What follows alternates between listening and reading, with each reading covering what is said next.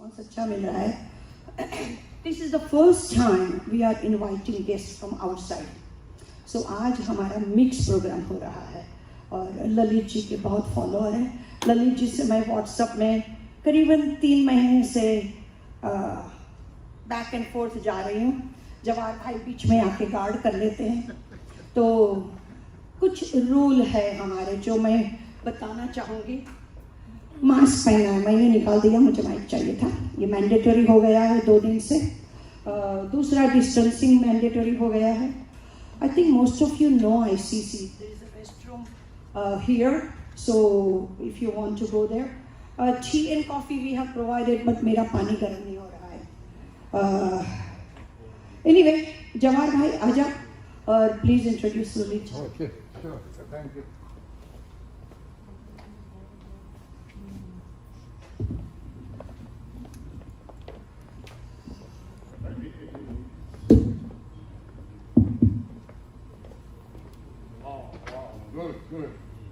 Good afternoon, ladies and gentlemen. Okay, once again, good afternoon, ladies and gentlemen. Welcome to the first in-person edition of Speakers Program. Today we have a very knowledgeable and dedicated to the cause person as a speaker, Mr. Lalit Kapoor, and the topic is hypertension. But before I introduce Mr. Kapoor, let me first thank the convener of this program, and especially Bharti ji. With their efforts, You still don't know me, so let him continue. no, that's okay. With their efforts, we have been listening to experts on different subjects, specifically related to old age, over Zoom cloud meetings. This is the first in-person meeting. I am sure we are benefited by their experience and advice on various subjects. Okay, today's speaker, Mr. Lalit Kapoor, an IIT Kanpur 1971 alumnus, is US-based successful serial entrepreneur. A few years ago, he was diagnosed with 6 lifestyle diseases. He came out of these by following a very scientific approach and strict dietary regimen. He freed himself of all medication, shed 50 pounds, and reinvented himself through what he calls 5 pillars of health. Now he can drive 5 to 6 hours continuously non-stop. I can watch it. Yeah, we have gone somewhere and he was, at his age, he was there, he drove. Over 7,000 persons have benefited from his free plant-based, whole food, intermittent fasting and 10K program, and enjoying a disease-free life. I'm also one of them. Please, ladies and gentlemen, please join me in welcoming Mr. Lalit Kapoor. Lalit, please. Ladies and gentlemen, please join me in welcoming Mr. Lalit Kapoor. Lalit, please. Thank you very much. It all started in 2013, January 1st. I have 2 daughters. They gave me a gift. One gave us a device called Apple TV. It's a tiny device that would make a dumb TV into an intelligent TV. And the second daughter gave us a subscription to Netflix. So till that time, we used to get 2 DVDs every week, and then you return them. Another 2 Indian movies would come, and that's what we used to do. So it became online. They came to our house and set it up because I'm not very technically savvy. And we said, okay, let's watch some streaming video. So somebody had mentioned that there's a documentary called Happy. If you haven't seen, I strongly recommend that you watch it. It talks about what brings people happiness, the people of the world who are the happiest people, and we now know about it. There is a survey that started about 2 decades ago, measuring the happiness level of people in different countries, and Scandinavian countries ranked in the top 4. Sweden, Denmark, Norway, and believe it or not, Iceland. They have been sharing the top spot for the last 2 decades. So we watched the movie and we liked it. It was nice. Most of us don't go watch documentaries. When we go out, we watch feature films. In fact, I didn't even know where to go look for documentaries. They mostly run in some artsy picture hall in San Francisco or maybe Palo Alto, and that's about it. So when the movie ended, in those days when a movie finished, a bar would come at the bottom. And it will show that if you like this movie, you may like one of these also. And there was a movie which said Forks Over Knives, a documentary. So I and my wife said, okay, let's watch it. That's pretty kind of unusual, catchy name. I don't know what they mean, Forks Over Knives. And we watched that documentary, and that changed our life. It resonated perfectly. We had been trying to figure out how to improve maybe our health and things like that. When we grow old, lifestyle diseases catch up with us. From the age of 16 to 40, 45, you are perfectly healthy. Most people are. Okay, you never go see a doctor. And then when I used to go see a doctor, maybe for some condition, they would give me a medication for 3-4 days, and you are fine. And there's a form that you have to fill up when you go to doctor's office that say, what medications are you taking? And I used to think it's a pretty silly question. Yeah, I took something. Which ones do you want to mention? I've taken medications maybe 7-8 times in my life, but for 3 days, 5 days, and that's it. And being an engineer myself, I'm from IIT Kanpur, and I went to study industrial engineering where they teach you how to design forms. And believe it or not, there's a course, designing forms. And I said, this form is poorly designed. And then when I turned 48, I went to see a doctor, and he said, you have hypertension, you have high blood pressure. I said, oh, okay, so what should I do? So he said, what am I doing wrong? He said, no, here's a medication, and you'll be fine. So I said, how long should I take it? He said, he smiled at me. He said, what do you mean, how long? You have to take it the rest of your life. So that age 48 kind of dawned on me that those forms were not wrong. I was wrong. These forms were asking what chronic medication you are taking. So, 100 years ago, our problem was not lifestyle diseases. Our problem was infectious diseases, cholera, typhoid, smallpox. And then they came up with antibiotics. So you took antibiotics and you for 5 days, and your disease gets cured. They came up with vaccination. You took vaccine, and you were set for smallpox for the rest of your life, or for polio or other things. But after Second World War, around 1950s, when the soldiers came back and the governments of the world, industrialized economies focused on helping people improve their lives, they made food quite inexpensive, and they made life easy by giving you machineries, a washing machine. A lot of automobiles became very inexpensive. Till that time, only rich and affluent people could afford automobiles. Now everybody could afford. So we got accustomed to this sedentary lifestyle. That's the one change that happened. Second, the food became easily available, and the food industry wanted to make more profit. So they started playing around with the food. They wanted to have longer shelf life. So to have longer shelf life, you have to take out the fiber, because fiber rots very quickly. So if you're making bread, if it has all the fiber, it may last only 4 days. If you take all the fiber out, the bread may last 30 days. So there were a lot of things that started happening. The food industry started making things to their food, packaged food. People started working less in terms of with automobile. There were less walking with washing machine. There was less time spent washing your clothes. The vacuum cleaner, you didn't have to do jharu pocha. All of a sudden, it's all taken care of. So these factors kind of affected our health. Now we were working less, we were less active. A, B, the food industry wants you to eat more. So they want to make the food so tasty that you want to eat more and more. So they hire PhDs who can circumvent your satiation mechanism. Normally, if you eat, if you make potato chips at home, you eat maybe 10, 15, 20, and then you get satiated. I can't have any more, give me something sweet or cold to drink.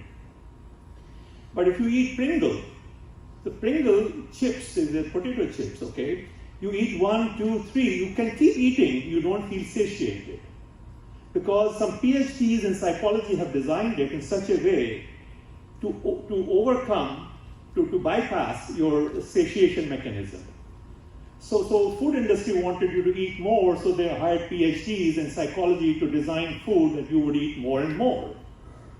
And that is what has been going on since about 1950s or so. And then as that baby boomer generation, it became 1960s and 70s, they started now falling ill. The blood pressure or hypertension or blood sugar or cholesterol. Cholesterol, in fact, is a disease they created. I have a whole lecture dedicated to that subject. But the point is we started falling ill. And we started falling ill in the first 5 decades, from 1923 till 1970s, we had already developed a psyche. Well, when you're ill, go to a doctor and ask for a pill. And you'll be fine. But this time it didn't work. So because it didn't work, the doctor said, well, you have to take it. It's an incurable disease. So first of all, they washed their hands off because they said it's an incurable disease. And they put the blame on you. You're not working out. You're overeating. So it's your problem. But I can help you maintain it. It's like having your roof is leaking. Let's say this roof is leaking here and you hire a contractor. The contractor comes and says, it's an incurable problem, but I can take care of it so that it doesn't drop on your dining table. He goes up to the attic. Most American homes have an attic. On the attic, he puts a heavy sponge. And he says, now when the water will come, the sponge will absorb it, but it will not trickle down on your dining table or on your sofa or anything. Now, fine, it works for a year, 2 or 3, and then the sponge becomes less effective and the water is coming. He says, well, now you need to take a second pill. It's like a second pill. So he goes in and he doubles up the sponge and puts a heater, automatic heater. So when the sponge gets wet, the heater turns on and a fan turns on and dries the sponge. Okay? And that is what has been going on. They do patch up. So first of all, they wash your hands saying it's an incurable disease. Second, they give you pills to say, I can help you maintain it. That's what you see here. Here, if you come home to your kitchen after, let's say, 1 week vacation, and if your drain pipe was clogged with grease and ghee and other foods, animal fat becomes solid at room temperature, So it becomes solidified, and if there was even a few drops coming, they will flood up your sink and water will spill over.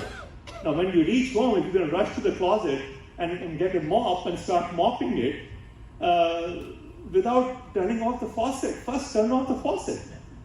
And then think about other things. But that's not what the doctors do. They're not trained. It's not their problem. Their intentions are very good. But the doctors in medical colleges are not trained nutritionists. They don't know. There's not a single course in nutrition where they are taught what food does. They have no idea. We call them medicine. In fact, when you talk about your son or daughter, you say, oh, she's studying medicine. You never say she's studying good health. She's studying medicine because that's what they teach her. For 5 years, they teach her medicine. They teach her, okay, if this is the problem, if BP goes up, this is the first medicine. If it doesn't help, this is the second medicine. There's a friend of mine here, Raj Shah. He was taking 5 medications for blood pressure. Okay, so I'm just giving an introduction. Now, I had requested that everybody who's coming here, and there are 2 groups here. There's some people are here who are part of my health group, and then there are others who are part of a seniors group here. that they watch this documentary, Forks Over Knives. And if you, how many have seen it? Okay, so there's still few who haven't seen it. What's the Japanese? Forks over knives or what? Forks over knives. The point is, instead of using a knife to cut your rib cage and go for an open heart bypass surgery, if you use your fork properly, you will never need the knife. If you choose your food properly, so choose a fork rather than a knife. That's the purpose of the documentaries. So I changed my lifestyle, and within a year, I was off 50, within 18 months, I was off 50 pounds. Okay, my weight dropped from 213 pounds. I had crossed a BMI limit, which takes you from overweight to obesity. So I had crossed that. And I came back and I crossed all the 25 to 30 range, we call it overweight. Now my body mass index is 23. I weigh the same as what I weighed when I graduated from IIT Kanpur at the age of 21.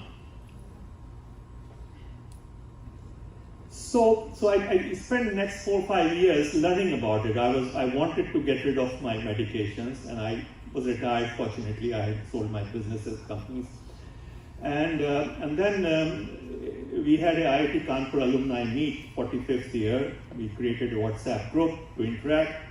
A lot of social chat. I joined that group, and most of the interaction was not very meaningful for me, doing Trump bashing or doing Rahul Gandhi bashing or Modi bashing kind of things. But some questions came up. I answered on the health-related question, and then the idea crossed that why don't you create a group? And I said, yeah, it's not a bad idea, and I created a health group for IIT Kanpur 71 batch alumni. Jawahar, who made the introduction, is my batchmate, and also Shashikant Agrawal is here, there he's sitting, and he's also my batchmate. So Shashikant and Jawahar, two of them are here. And I started writing about it. Now, you know, when you are a peer, you say, what does he know about it? I mean, you don't want to follow them, you know, Ghar ki murgi dal barabar, we have that saying. So, but some people started following, and then they started writing that I'm off my hypertension medication, I'm off my diabetes medication. And then the others got interested. So one example I give you is there's a fellow, Ashok Lal Chandani in Lucknow. He has a company, he has employees. So he had an employee, a Muslim employee, and he just forwarded my post to him. He was suffering from very severe diabetes. And after 1 month, he came and he said, sir, thank you so much. आपने तो मेरी जान बचा ली. मैंने कहा, मैंने क्या किया? मैं कहा, सर, आपको जो पोस्ट भेज रहे थे, मैंने फॉलो करना शुरू कर दिया और मेरी डायबिटीज ठीक हो गई है. Now Ashok said, sir, my goodness, I'm suffering from diabetes. I have never done anything, but you have cured it. Okay.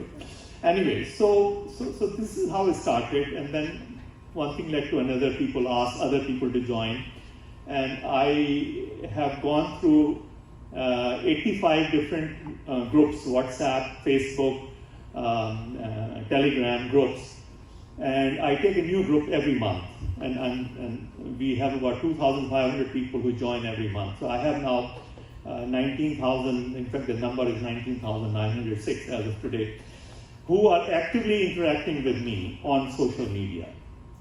And thank you.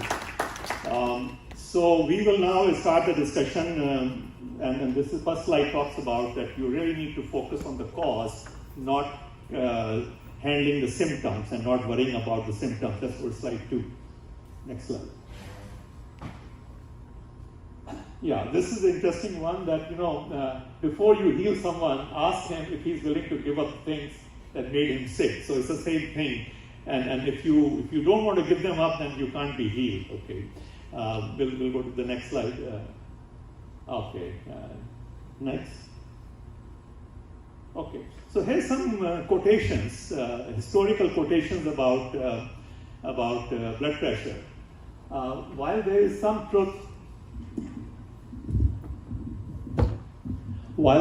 truth in saying that the greatest danger to a man with a high blood pressure lies in its discovery, because then some fool is certain to try and reduce it. Okay. This was said by Professor John Hay. And it is very true, very true. The doctor's focus is on giving you medication and trying to reduce the blood pressure. The thing to understand is we have 30 trillion cells in our body, okay? And when you look at cellular level, each cell has only two purposes in life. The cell wants food, wants nutrition. And if he's going to take food, he needs to poop out, okay? So he needs to get rid of the waste. Now, if your food is not right, then the cell will become unhealthy. Or if the waste is not removed, the cell will become unhealthy. This is only two things. The second thing the cell wants, once he is full, he wants to procreate, he wants to reproduce, just like human beings. When our tummy is full, we want to have sex. If your tummy is not full, your sex is not on your mind. On your mind is, how can I get food? I need to make food, I need to buy it, cook it, or cross the border into animal territory. Food is most important. So that's the point here, is that your body is trying to compensate for your lifestyle by increasing the blood pressure. It is the right thing to do for you. And if you reduce it, you mess it up. Okay? And this professor said, second, hypertension may be an important compensatory mechanism, as I was just saying, which should not be tampered with, even if we were certain that we could control it. This is by Paul Dudley White, okay, a US cardiologist. The third one is people with mild benign hypertension. For 70 years, we defined hypertension as benign or mild if it was up to 210/10. Okay. Now, when it goes to 135, doctors give you medication. All I'm saying is, Gandhiji had a blood pressure of 200/100. It didn't bother him. It didn't bother him. Your blood pressure often doesn't bother you, but it bothers you only when you've gone and seen the doctor and he has told you, because you all know, oh, my grandfather was hypertension and this and that, and you get scared. There's nothing scary about high blood pressure. This is what your body's compensatory mechanism is. So, okay, let's move to the next slide. Okay. Historical perspective, it was measured in 1733. The term was coined in 1911. And as I said, 210/100 was considered benign. Mahatma Gandhi had 2/100.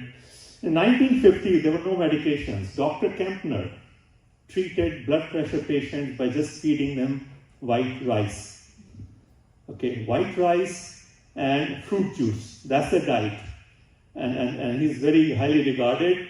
In fact, rice is one of the best food to eat. And a lot of people have this misunderstanding about starches. So he treated by rice diet.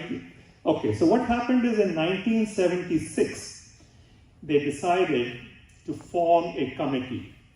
And the role of the committee was to come up with guidelines. When should we give medication? Up to what it is okay and we don't need medication. And if we are giving medication, how should we lower it? Because all medications are harmful, okay? All medications have side effects and they cause other problems. So your goal is to be medication free, and that is what I say, that the goal for all of us in this room should be medication free, okay? So Joint Committee was established in 1976. It had people from medical industry, it had people from pharmaceutical industry, it had people from government, it had some consumer activist group. They were all walks of life, they were there. And they came up with the first guideline. Then second committee came, then third came, fourth, fifth, sixth, seventh, eighth. Eighth was the most recent committee which was formed. And they gave a guideline. I will share those with you in the coming slides. But what happened is when they were tightening the guidelines, doctors were very happy. If you tighten the guideline, let's say instead of 200/100, 210/100, somebody said it should be 170 over 90. All of a sudden, overnight, 10 million people became patients. So all doctors' income goes up. They like it. Then after another 5 years, they say, no, we really should have a cutoff of 150 over 85. Again, the doctors are happy. The pharmaceutical industry is happy because the doctors have more patients. The income doubles. Pharmaceutical companies selling more medication. All medication is for life. So every time a new patient is created, their business and their sales go up. Okay. Now, when JNC 8 came, people began to, because before the committee publishes a report, you sense where they are heading. There are many doctors in America who are beginning to realize, in fact, I have learned from them, there's a whole movement called whole food plant-based or plant-based whole food movement. And that documentary was the result of that movement. The documentary is nothing but conversation with 6-7 different doctors on the subjects of hypertension, cancer, diabetes, and so on. And the beauty is the solution to all these problems is only one, which is diet and lifestyle. Okay, and the cause is also only one, because the cause is diet. Your diet is not right. Okay. This is what I cover in introductory talk. This is not an introductory talk. That's why I have requested everybody to watch the documentary and watch one of my video, which I call 5 Pillars of Health. And that is the introductory video. So some of you may find the subject a little unusual. Let's skip to the next slide. Okay, so the BP changes with age. A newborn child has a BP of 64 over 41. And once he becomes 1 month old, it's 95 over 58. By age 10, it's 102 to 20 and 61 to 80. And by 18 age, 120, 80. Now that number sits in everybody's mind, 120 over 80. But that number really keeps changing as you progress more and more, okay? So in the new guidelines, that number is 140 over 90. That up to 140 over 90 for people under age 60 is safe. You don't need any medication. And for people over age 60, 150 over 90 is normal. You don't need any medication, okay? That's the JNC 8 guidelines that came up with. This next slide. Okay, so this is what happens to your blood vessels when you grow. When you are a 2-year-old child who has just been, or 1.5-year-old child, who has just been taken off mother's milk. His blood vessels are clean, absolutely clean, okay? Now he sits on the table and starts eating what the parents are eating. A boiled egg, a glass of milk, a toast with butter, standard breakfast, okay? And these foods are inflammatory. They cause inflammation, they hurt you. So it's important to understand what inflammation is. Inflammation is your body's response to something that it perceives as a threat. So if you ate egg, the egg nutrients are in your blood, they scratch. They scratch your internal lining. When they scratch the internal lining, any inflammatory food, that's called, you will scratch it. When it scratches it, what do? The body brings out an ointment or a malham, we call in Hindi. When your grandchild gets hurt on the knee, a bruise, you take some ointment and you apply it, okay? That is what body does. It brings out cholesterol and it applies it. So what you see is the first vessel is for somebody who is plant-based. Second is somebody who is vegetarian because he's consuming milk and dahi and cheese and those things which are inflammatory. And the third one is who's a meat eater. So he has a lot of inflammation. So now you see that the opening has become tighter. And this is, when the opening is tighter, and the blood pressure is, the body needs to move certain amount of blood, about 5 liters, throughout your body every second. So for same amount of blood or liquid to flow, you have to increase the delta pressure. See, either the tube size needs to be bigger, but if tubing effective opening has become smaller, the pressure has to go up. It's as simple as that.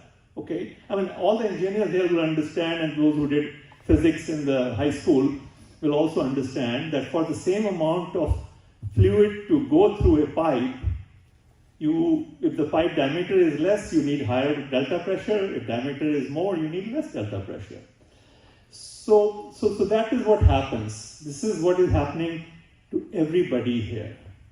When they had Vietnam War, the soldiers who were dying, they were young. They were 18, 19, 20-year-old boys, and mostly boys and some girls. When they died, they did autopsy. And they looked at their blood vessels, and they found that they already were where the vegetarian thing is saying right now. They were already beyond that. So this thing is called, we call it plaque buildup, but it is, the technical term is atherosclerosis. Atherosclerosis, okay, deposits in your internal lining. Let's put next slide. Okay, factors affecting BP, effective opening of the blood vessels, friction of the blood vessels, internal lining. The friction will also dictate how much blood pressure is needed to pass the fluid. Amount of blood also affects that, okay? So you have 5 liter blood. If you take a diuretic pill, which makes you pee a lot, your blood water level comes down. So instead of 5 liter, now blood is only 4.5 liter. Your blood pressure comes down. Blood viscosity, when you eat a lot of heavy food, oily food for lunch or dinner, that your blood becomes very viscous. There are pictures that show the blood is hardly getting by because it's very highly viscous. Okay, and then malleability of the blood vessels. See, when you take a balloon, a long balloon that they make shapes out of animals and other things, if you press it on one side, on the other end will expand. So the balloon skin can expand easily. Similarly, when the blood goes out every second, heart pumps it, the skin slightly expands. When it expands, the blood goes through, then it shrinks, expands, shrinks, expands. So if you look at it in a microscope, every blood vessel is going like this. Okay. Now, if your external surface of the blood vessel becomes hard, we call it calcification, then it is not able to expand easily, and you need higher blood pressure to pass the same blood. So this is how the blood pressure gets affected by different factors. Next slide. So there are about 70,000 miles of blood vessels in your body, okay, if you put them end to end. If you split them open, it's like 6 to 8 tennis courts. So there is that much area through which all the nutrients are being passed every second. Your heart beats 60 times a minute. Every time it is passing fresh supply of nutrient. So the area through which that nutrient is passing through is 6 to 8 tennis courts. Now, as you build these plaques, the available surface goes down, down, down. By the time you are 50, you have almost half of your blood surface of those tennis courts are full of plaque. So when they're full of plaque, the nutrition is not going through. The blood pressure is a symptom, which is telling you that something is not right in your body. Okay. 6 to 8 tennis courts. It's a single cell layer. It's called endothelial cell. And the whole thing together is called endothelium. Of all the 8 tennis courts are called endothelium. And endothelium is the largest organ in your body and one of the most important organs. It's a single cell layer. And the blood is flowing. And now if these cells' beauty is that they release nitric oxide. Okay, we'll come to that. Let me just finish this. So it reduces the effective opening, endothelium releases nitric oxide, making blood flow smoothly. When you eat salt in diet, it increases the volume of blood because it retains water. Fatty food increases viscosity, calcification, arteries become harder. I discussed that earlier. Yeah, Doctor, next slide. Kapoorji, cholesterol to the rescue. Can you please explain cholesterol to the rescue? Cholesterol to the rescue. Yeah, that's what I said. The cholesterol comes and it puts a layer. It's a malham. You're carrying a malham, and those children who keep getting hurt more and more and more, their mothers always carry some ointment. They know my child is going to fall, or my grandchild. So in their purse, you will see maybe 6 or 8 band-aids.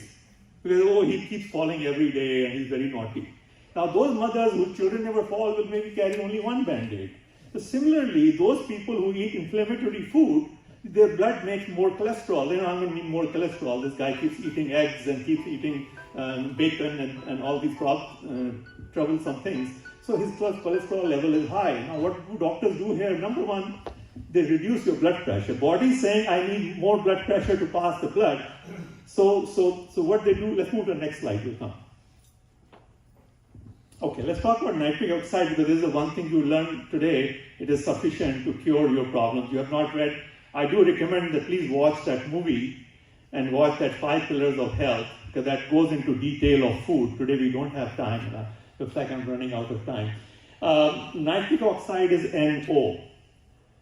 It is not N2O, which is laughing gas, nor is it NO2, which is air pollutant. NO is a messenger that sends signal for arteries to relax and expand. I talked about the balloon example that's going on. And it also does other things like immune cells to kill bacteria, cancer. Next slide. Okay, so these are some other benefits of nitric oxide. Slow reverse artery plaque, brain cell communication. I will skip this because we're short of time. Next slide. Okay, this is where the sources of nitric oxide are. You can go on, don't worry about the time. Okay, all right. Okay. So the thing is, green leafy vegetables is your best source. And most of us in India eat them very rarely. In our house, we ate saag maybe 3 times a month, 4 times a month. In India, when you eat salad, the concept of salad is एक प्याज को आपने काटा 20 slices में, एक टमाटर को काटा 10 slices में, और एक खीरा काटा और सर्व कर दिया नींबू के साथ. This is salad. Whether there are 2 people on the table or 10 people, the salad is same. I go to India and all the time, even now, after I've been out of India for 47 years, that is their salad. Okay. Salad in America is different. Salad is green leafy vegetables. So green leafy vegetables are very rich in nitric oxide. When you eat green leafy vegetables, beetroot, the best thing. Okay, so what I recommend that is you develop a habit of drinking a glass of juice before each meal. This is one change you make. Okay, a glass of juice before a green juice. Eat that green juice.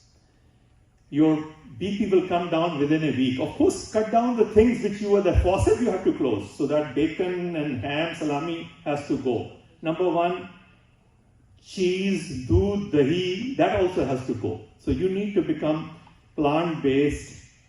And second, you need to become whole food. This is what I discussed in the 5 pillars. There's a difference between refined food and whole food. Sugar cane is whole food, very good for you. But sugar is not good for you. So peanuts are very good for you, but peanut oil is not good for you. Okay? So you need to eat food which is whole, from which nothing has been removed. Number 1. Number 2, which is not highly processed. In processed food, they add things. I talked about the PhDs trying to circumvent your satiation mechanism so that you will eat more. Don't eat packaged food. Okay? Yes, if it is a package of oatmeal, fine. Some people are packaging rice also. That is different. But don't eat processed food. And now, if you're processing, which you can do yourself at home, peeling lauki and khira, those things are okay. Slicing, dicing is okay, but nothing heavily processed. So you have to, since I'm raving about it, one way to remember is, you say this fellow Lalit Kapoor was raving about it, RAVE. One journalist came up with this terminology, and he has a documentary called Eating. R stands for no refined food. A stands for no animal food. V stands for no vegetable oil. And E stands for no exceptions. So only these 3 changes you make in your life. These only 3 changes. Your BP will drop within a week, I'm telling you. Now we'll talk about here that a lot of you are taking medication which you should not be taking to begin with. I'll cover that point. Okay, here are some medium NO producers. Potatoes is good for you, okay? Strawberries, eggplant, celery, melon. So these are medium sources. But add these to your diet somehow or other. Cauliflower, try to eat fresh. In the morning, make a bowl of fresh vegetables, cauliflowers, baby carrots, and cucumber, and leave it wherever you go. If you go through, I mean, most of you are retired, so you have a passageway. You go, in my house, from master bedroom, when we go through kitchen practically to go to other family room and other places. Put a plate there. I have to finish this by tonight. Okay. Other thing that you need to add, since I wasn't planning to cover that, is flaxseed is very important. You need to get omega-3, okay? And you need to have flaxseed. So add flaxseed to your juice, that's fine. Or chia seed or hemp seed. Any of those seeds are good. So in India, we don't eat enough seeds, and we don't eat enough nuts. Walnuts are very good. They have omega-3. Next slide. Okay, now let's talk about it. So I discussed briefly that this JNC was formed, and JNC 8 was coming with their new guidelines, and people began to realize what they're going to be doing. They're going to be making it more lenient. So this is now, I covered that as the politics of food, okay? I devote whole week talking about it.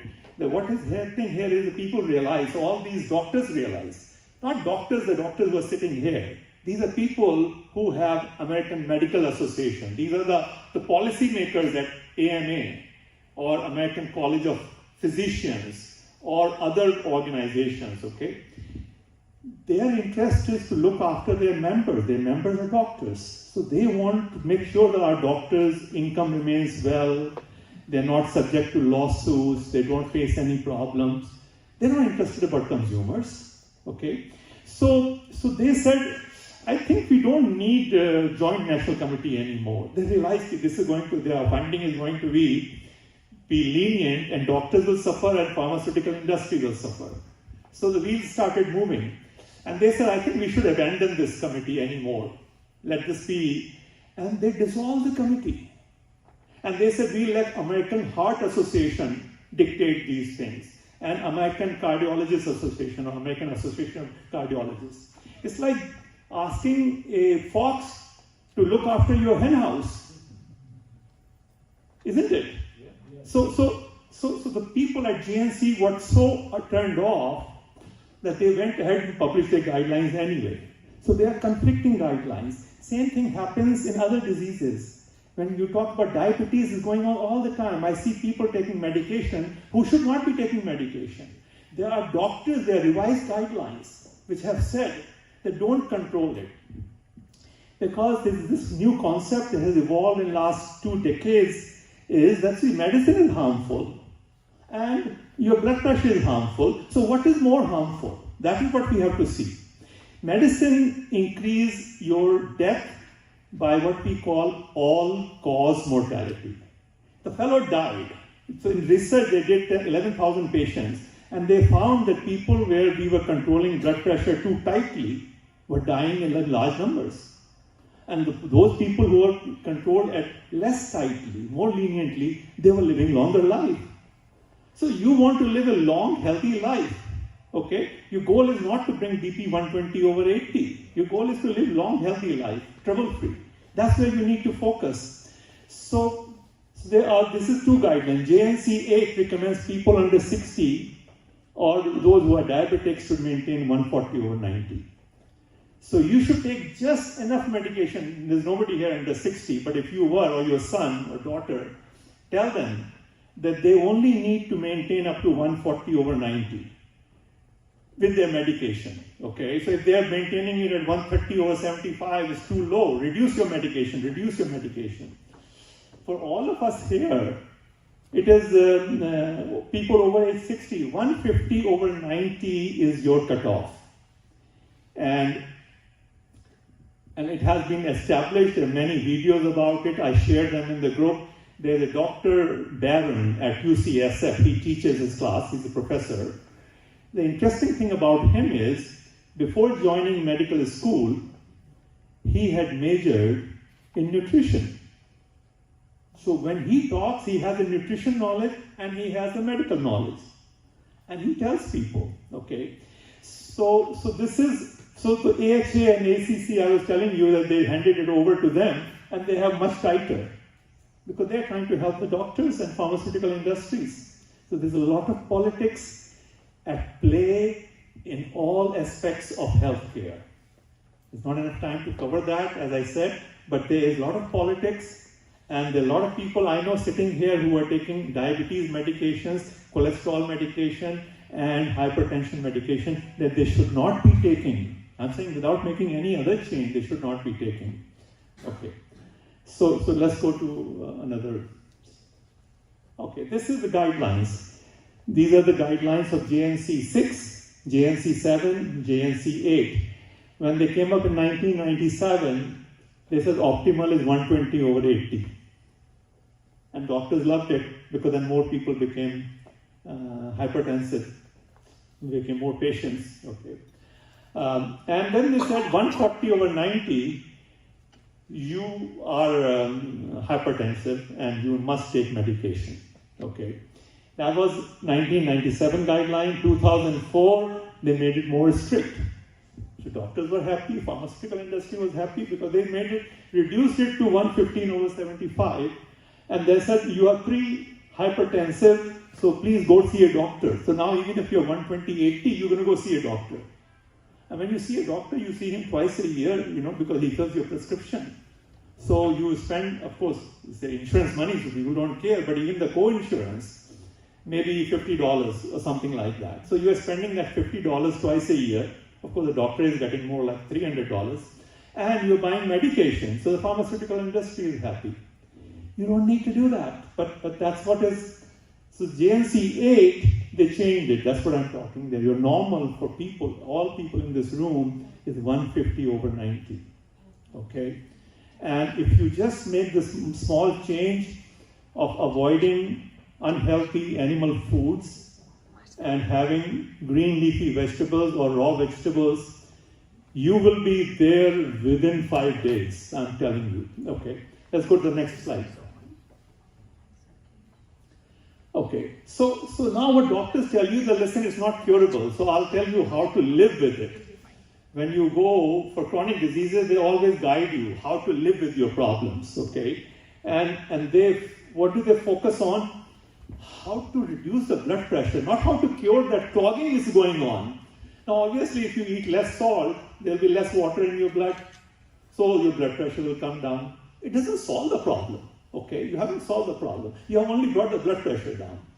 Or avoid heavy exercises, they'll tell you. Or don't get upset. You must have heard people telling you, Dad, Mom, ab gussa mat ho, aapka blood pressure बढ़ जाता है. अरे blood pressure बढ़ जाता है because बढ़ना चाहिए. उससे blood pressure नहीं solve होता.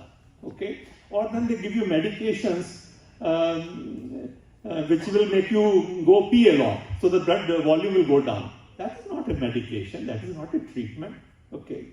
It is just reducing your blood pressure. That's all they're focusing on, doctors. Next slide. Okay. Now, another thing on top of that is, they all are taking the readings incorrectly, okay? There's something called research grade guideline to take blood pressure. When your blood pressure is taken, your feet should be flat on the floor. What happens in doctor's office, they make you sit on a bench where they have a paper running, okay, and your feet are dangling, which is unhealthy. Second, the nurse is talking, so how are you, or how's your kid, did your daughter graduate? And then she's taking your blood pressure. For 5 minutes, there should be no other human contact for taking proper reading, okay? So they do everything wrong, okay? And then, of course, you're also anxious. It's called white coat effect. You've gone to see the doctor, you're already anxious. So the right reading is there are 19 specific criteria. I'm not going to go into those criteria. We don't have time for that.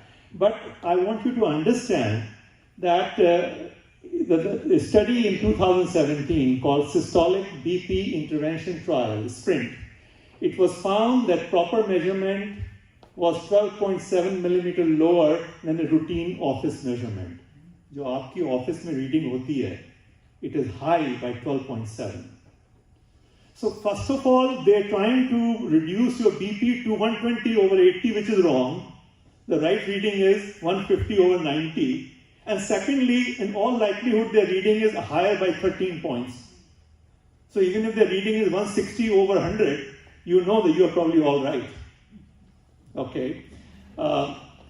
So the proper measurement, the way it is taken for research purposes, they take a reading, there's nobody in the room, they take reading after every 5 minutes, and they record the lowest reading. So when you take a reading, always take 3 readings, and the lowest is your correct reading. There can be many reasons for BP to go up during the day.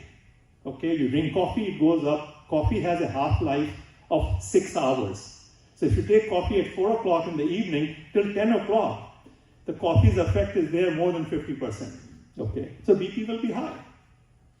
In the morning when you get up and drink water, the BP increases with water. BP increases when you go into the shower. There are many reasons for BP to go high, but there's no reason for BP to come less than what it truly is. Okay, so always take 3 readings and record the lowest, write it down. And if your lowest reading is above 150 over 90, for all the people in this room, then only you need medication. Okay, and that also you need to make sure that you have taken it correctly. Okay, which you may or may not have. All right, let's move to the next slide. I'll answer the questions in 5 minutes. We are going to wrap up. Next slide. We changed it. Okay, so what should we do?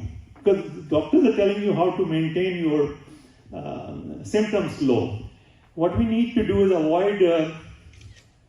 avoid inflammatory food, to close the tap, as I talked about. Avoid inflammatory food. You start declogging. Declogging begins when your kitchen sink clogs, you get what is called a liquid plumber. It goes in and washes it off.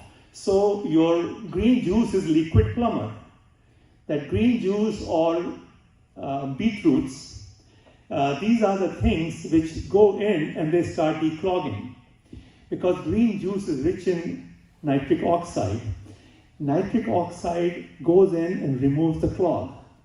Okay? Your endothelial cell, the internal lining of your blood vessel, releases nitric oxide. So when it releases the air and you have the plaque on top of it, it tries to get rid of that plaque. Come out, get out, get out, okay? So your blood vessels begin to clean up, they begin to declog.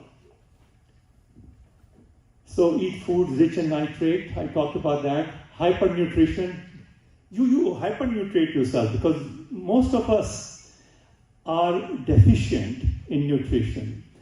Since we eat oil, we eat sugar, and we eat dairy. None of these 3 things have any fiber. The fiber is 0. And in a typical Indian diet, which is in my other presentation, up to 2/3 of the calories every day come from these 3 things, because oil is very calorie rich. So it comes from oil, sugar, or dairy. Doodh, dahi, cheese, makhan, mithai, what that you're eating. So that food is coming without any nutrition value. You are stopping that and you're replacing it with beetroots, green juice, sarson ka saag, lauki ki sabji, okay? So you're going to automatically become healthy. One doesn't need a nuclear scientist or a PhD in medicine to tell you that. Your body heals. And when your body heals, everything heals. There's nothing like, oh, I'm going to heal my blood pressure. Your blood sugar will heal. Your cholesterol will come down. Okay. There's Dr. McDougall. He runs a 10-day clinic in Santa Rosa. He's my teacher. Okay. And he also runs advanced study weekend program for 2.5 days. Those doctors, like any profession, doctors have to keep taking at least 1 or 2 courses every year to keep their credentials. So they come. Doctors come there, nurses come there. And I have attended several advanced study weekends where these giants come. who you watch in that documentary, Folk Overnights, okay, Dr. Caldwell Esselstyn of Cleveland Heart Clinic, Dr. Dean Ornish of UCSF, Dr. Robert Lustig of UCSF. Like that, these doctors come, they give talks, and then they tell you about it. So, okay, eat your omega-3, I talked about it, flax seeds, walnuts, chia seed, and hemp seed. These are 3-4 things which are very rich in omega-3. Be active, walk around. Walking is the best exercise. You don't have to go to gym. Just walk in your home, and there's something called figure of 8 walking. I'll show it afterwards, after the talk. You can just, within a room, you can walk figure of 8. Put one chair, 2 chairs, and go around this way, clockwise, anti-clockwise, clockwise, anti-clockwise, and try to do 10,000 steps a day. Try to do, okay? I mean, of course, anything is better. Right now, if you're not doing any activity, you're probably doing 1,500 to 2,000 maximum in a day.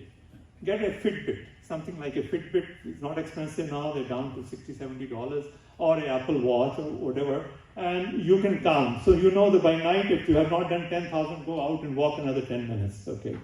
It's a good goal to achieve. Vitamin B12 supplement you must take, because vegetarian food does not have B12. We used to get B12 from river water, well water. B12 comes from the soil. So when you walk bare feet, work with your bare hands in the fields, then you get B12. You drink river water or well water. Now all water is chlorinated, which kills B12. So a lot of people in this room are likely to be B12 deficient, and you must get a supplement. In Dr. McDougall's 10-day program, he charges $4,500. When you go there on day 1, he has you drop all medications. And just for 10 days, he teaches you and he feeds you.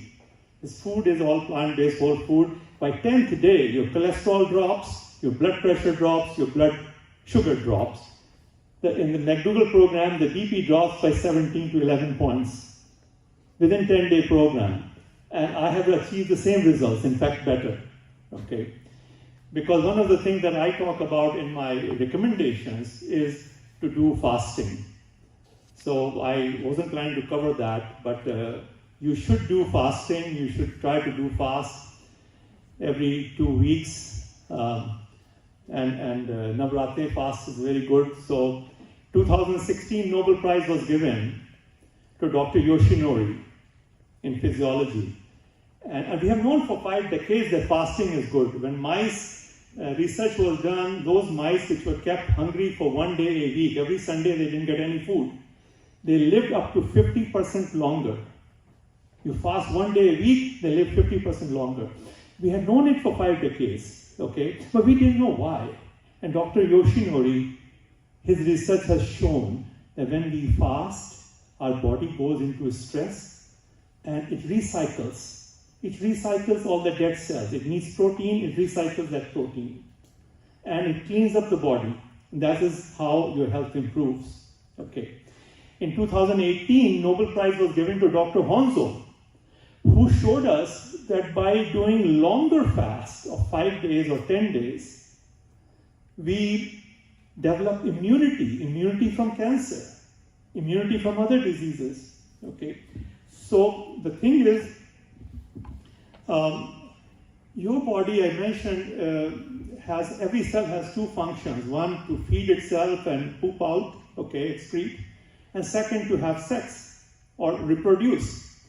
Now, when the cell is hungry, if you don't have protein, if you're fasting, the cell becomes hungry. When sickle becomes hungry, he says, I don't want to worry about reproduction.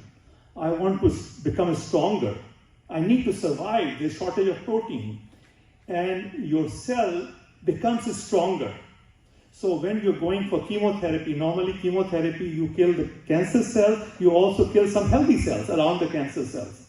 Now when you do long-term fasting, your other cells have become stronger. Only cancer cell dies, healthy cells don't die because they have become stronger. So fasting depriving protein is very helpful for curing cancer and curing other problems. Okay, so you do Navratri fast. I changed that 10 to 9 days in my guidelines because we have a rich culture. We have been doing Navratri fast. And in Navratri fast, you take only one meal in the evening, a small meal of sabudana or tapioca. Why sabudana? Sabudana has literally no protein. It is very difficult to find food which has low protein. There's protein in everything. And the problem is the food industry has told us, you must eat protein, you must eat protein, you must eat protein. It is very unhealthy. It is very unhealthy to eat protein, okay? It is very difficult to escape protein. And for fasting days, you want to escape protein. Because if you kept fast for, let's say, 24 hours, if you take your meal, which is low in protein, the effect of fast is extended by another 12 hours. So have tapioca is a godsend. Have tapioca pudding, make it with coconut milk and date, okay?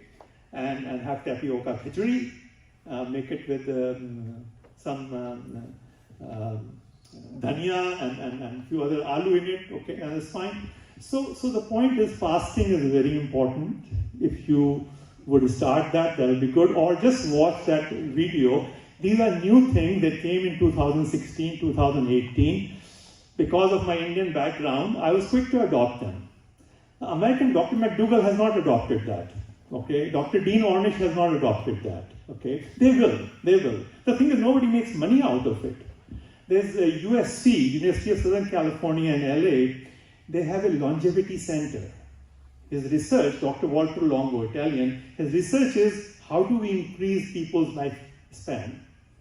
And he has now made a product, he calls it fast mimicking diet, FMD, fast mimicking diet. His point is, Americans cannot fast anyway. Breakfast nahi mile to pagal ho jate hain. So he said, let me come up, and he has patented it, and they sell it, they charge a lot of money for it. So he is now recommending all cancer patients going through radiation or chemotherapy should eat fast mimicking diet. There is a concept of making you cancer proof, okay? Immunity, building your immunity so that you will never catch cancer. That is also doing fast. If you can do a fast once a year for 10 days, that's great. Or you can do 4 times a year, a 5-day fast, okay? So I fast every Monday. And then once a month, I do a 48-hour fast. Once in 3 months, I do a 72-hour fast. And this is dry fast, no water, nothing, okay? It's very and very easy. Once you start doing it, it becomes very easy. Because when you fast, your mind becomes sharper. Your body becomes sharper. It's like your body is telling you, hey, I'm running out of food, go out and run and think clearly and go catch some, get some food or catch some rabbit or chicken or something like that. All right. So, I should be finishing now. Okay, I already talked about the bias in research. I will not cover this. It's a separate topic. Okay, these are some of the guidelines that are set for taking your accurate reading. You have to follow. I have pointed some 7, 8 of them.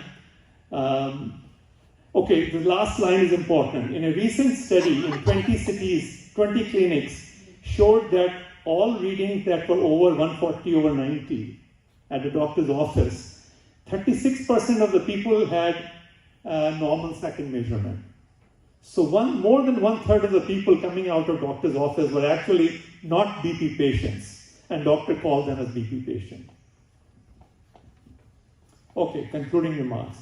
Hypertension is a curable disease, and people get off within a month, 2 months maximum. It's caused by inflammatory diet and sedentary lifestyle. When we change that, body recuperates and disease goes away. Avoid all animal food, including dairy. Avoid all refined and highly processed foods, including oil and sugar. Consume 1% of your body weight in fruits and 1% of your body weight in vegetables each day. Then the question comes, how do you take so much of palak or saag or, so just make a juice. Juice makes it easy. You can have a glass of juice before every meal. you don't have to think about it. And then when you have a glass of juice, something else will eat a little less anyway. And most of us are overweight anyway, okay? So there's some cases that if you're underweight, you don't need to take 3 glasses, you can take 2 glasses of juice. Make sure you get omega-3 and B12 supplements. Only those 2 things we need to watch out. Get out in the sun for vitamin D. Vitamin D supplements are not very good. They are problematic, they're controversial. They won't tell you about it, but vitamin D supplement can lead to kidney stones. So it is best to get vitamin D in sunshine. And you don't need it every day. You get it in the summer, it will last you through the winter. Or on a Saturday, Sunday, you spend maybe 2 hours in the sun, 5 days in the week you don't take it, it doesn't matter. It's cumulative, okay? So get out in the sun. Stay active, do 10,000 steps a day. Okay, this point I will cover. We all mammals in the world, on Earth, have evolved to follow a 24-hour circadian rhythm. On average, the sun is there for 12 hours and then moon is there for 12 hours. So our body is accustomed to, for millions of years, following a circadian rhythm. Okay, every cell has that circadian rhythm. And in our hypothalamus, we have a master clock. Now, how does this master clock tune itself with the outside clock? 2 things, most important. Number 1, the blue light. When we get up in the morning, our retina has a protein called melanopsin. That protein senses blue light. So when we get up and look outside, our body knows it is daylight now. Okay? And in the night time, when the daylight goes away, body knows that it is now end of daylight. So what does body do? When the daylight is coming, body increases the cortisol hormone. Okay? All our glands work on these circadian rhythm. So it starts releasing. In fact, 2 hours before you sunrise, it starts releasing cortisol. Cortisol is get up and go hormone. Okay? And you become active. You get up and go and walk. In the night time, it lowers the cortisol and raises melatonin. So melatonin slows you down, makes you fall asleep. Okay. So what is happening is that we are facing 2 problems. Number 1, in the night time, we have now started watching TV, which releases blue light, or your cell phone or computer screen. And that cell light confuses the body, says, oh, it's still daytime. I'm still getting blue light. It must still be daytime. Okay, number 1. Number 2, we eat late. Our ancestors finished dinner before it was dark because there was no light. I mean, before 10,000 years ago or before candles came, it was only the daylight. So I think it's chauka khatam kar lo. You finish your kitchen work, wash all your dishes or whatever, before it got dark. Because in dark you can't do anything. So our body is accustomed to eating before it gets dark. Now when you eat food at 10 o'clock or 9 o'clock, body says, no, I think it's still daytime. Because the food is coming in. So it still must be the 12-hour daytime. So it gets confused. And when body circadian rhythm gets confused, all the hormones release gets confused and all the problems come. So there's an Indian doctor, Dr. Sachidananda Panda at UC San Diego. All his research is based on this subject. And he found that people, they did not change any diet at all. All they did is they started eating dinner early and they would shut off their TV 1 hour before bedtime or 2 hours before. In his research, they did longer. Okay. So you should consume all your food in a narrow eating window. Okay. That narrow eating window should be 8 to 10 hours. Try to get your breakfast, lunch, dinner within an 8 to 10 hour window. The smaller it is, the better it is. Okay. If you want to reverse your, of course, हमारे यहाँ sadhu परमात्मा लोग, there are many people, they eat only 1 meal a day. दोपहर को 2 से 3 के बीच में they'll have 1 meal, nothing after that. Okay, it is called OMAD program, 1 meal a day, which is the ultimate of intermittent fasting. So I recommend that this is a very easy change. Once you do it, you will not feel hungry. Your dinner will be over by 6 o'clock. We start our dinner at 5:30, we finish it by 6 o'clock. And we start our morning juice at 12. And that juice 12, 12:15, then lunch, and only 2 meals a day. You will not feel hungry. It's just a matter of, it takes 3 weeks to form a new habit. Once you have formed a new habit, you will be surprised, oh, how much I used to eat. I have no idea, you know. You feel good. You feel very energetic. In my life, I had never, when I was 63, when I started it, I was always conscious about it. So I would go for a walk, but maybe, 2 miles, 3 miles, half an hour, 45-minute walk. Maximum I would do would be on a weekend, maybe 5 miles. And the day I did 5 miles, I'll come back, I'm tired now, okay? All I want to do is sit and watch a movie, because I did 5 miles. Now I do 12, 13 miles and I don't feel it. I don't have a pain next morning or anything like that. You will experience, and there's some people who have experienced it themselves, there's people sitting here in my group, they don't get tired. We used to go for a long drive, and after 8 hours of drive, we would always say, chalo kahin ruk ke coffee le lein, chai le lein, I wish India hota to samosa mil jate. Those kind of things. After 6 hours of drive, you get tired. I drive now for 10, 11 hours, I don't get tired. Point I'm saying is our body was not designed to say कि अभी हमारी age हो गई है, हम 70 के हो गए हैं, बूढ़े हो गए हैं. 70 is not old. There are communities around the world where 100-year people are living productive life. They're known as blue zones. Okay, Okinawa Island is one of them. So please follow this. Try to reduce your eating window. Very important. Okay, to 8 to 10 hours. I think that. Let's see the next slide.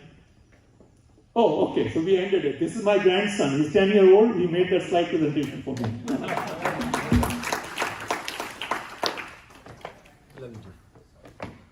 I just want to say that whatever he has said, last year I tried it. My BP has never been lower. Actually, I'm concerned it's too low now.